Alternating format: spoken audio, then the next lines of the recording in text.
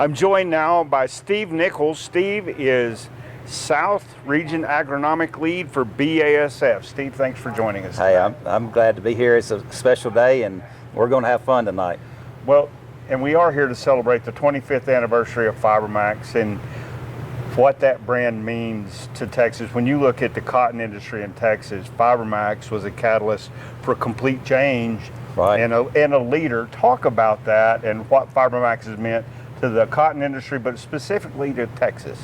Well, I guess I would start by just saying I'm very thankful for the leaders that had the vision to see an opportunity to bring a new brand into the cotton industry in the U.S. and to grow that brand into, something that really made a huge impact, not only in Texas, but Oklahoma, New Mexico. It really changed the opportunities of profitability for growers and more selection of what they could do. So it's really exciting to be here tonight and think about the first day that a bag was produced and put in a bag and put on a truck and delivered to a farm somewhere. Steve, now your role is in the agronomic part of it, and talk about your early involvement, how you came to be a part of the FiberMax team, and the steps you've seen and followed through on that program. Right, like I said, we had strong leaders. You had Mike Gilbert, Lee Rivenbark, Jane Deaver, a host of others. I could name a lot. But they saw as this business grew, we needed more testing. We needed to know more about the variety so we could inform the growers of the products they were purchasing from us. So we formed the agronomic services team, and so we're the next level of testing from the breeding program to look large scale on farm with growers, to let them have an on farm look at it, and then we make decisions to advance commercial varieties. And it's been a real pleasure just to see products that you've looked at and spent time in the field and then see it perform well on a grower's farm, and they're excited to plant that variety, and they're proud, the pride that they show in the FiberMax brand.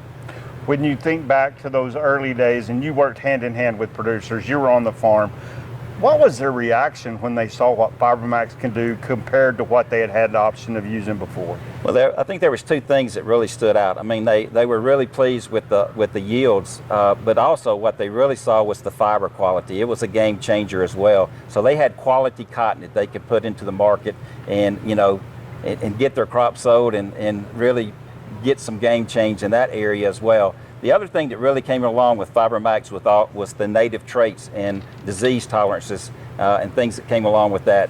Just steadily improvements in the varieties and the offerings for the growers.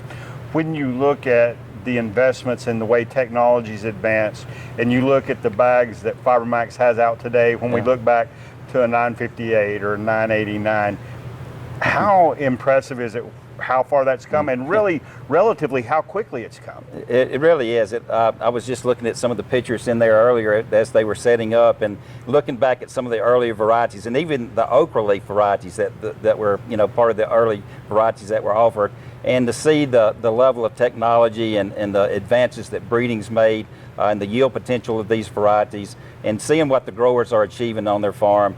Hey, this is, I say all that, but I absolutely know the challenges that have been faced in Texas this year and in the entire Midwest, and I just take my hat off to the growers that persevere and find a way to keep going, and we're going to continue to try to deliver products that's going to help them.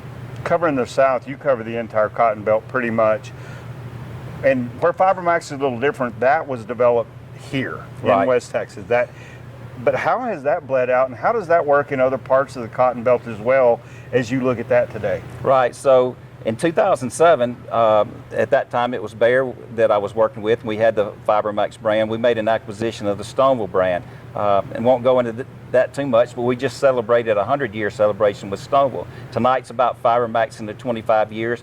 We have genetics that are widely adapted, but predominantly we sell Stoneville in the east and FiberMax in the west. But FiberMax does very well in California, Arizona, Oklahoma, New Mexico, Texas, Kansas.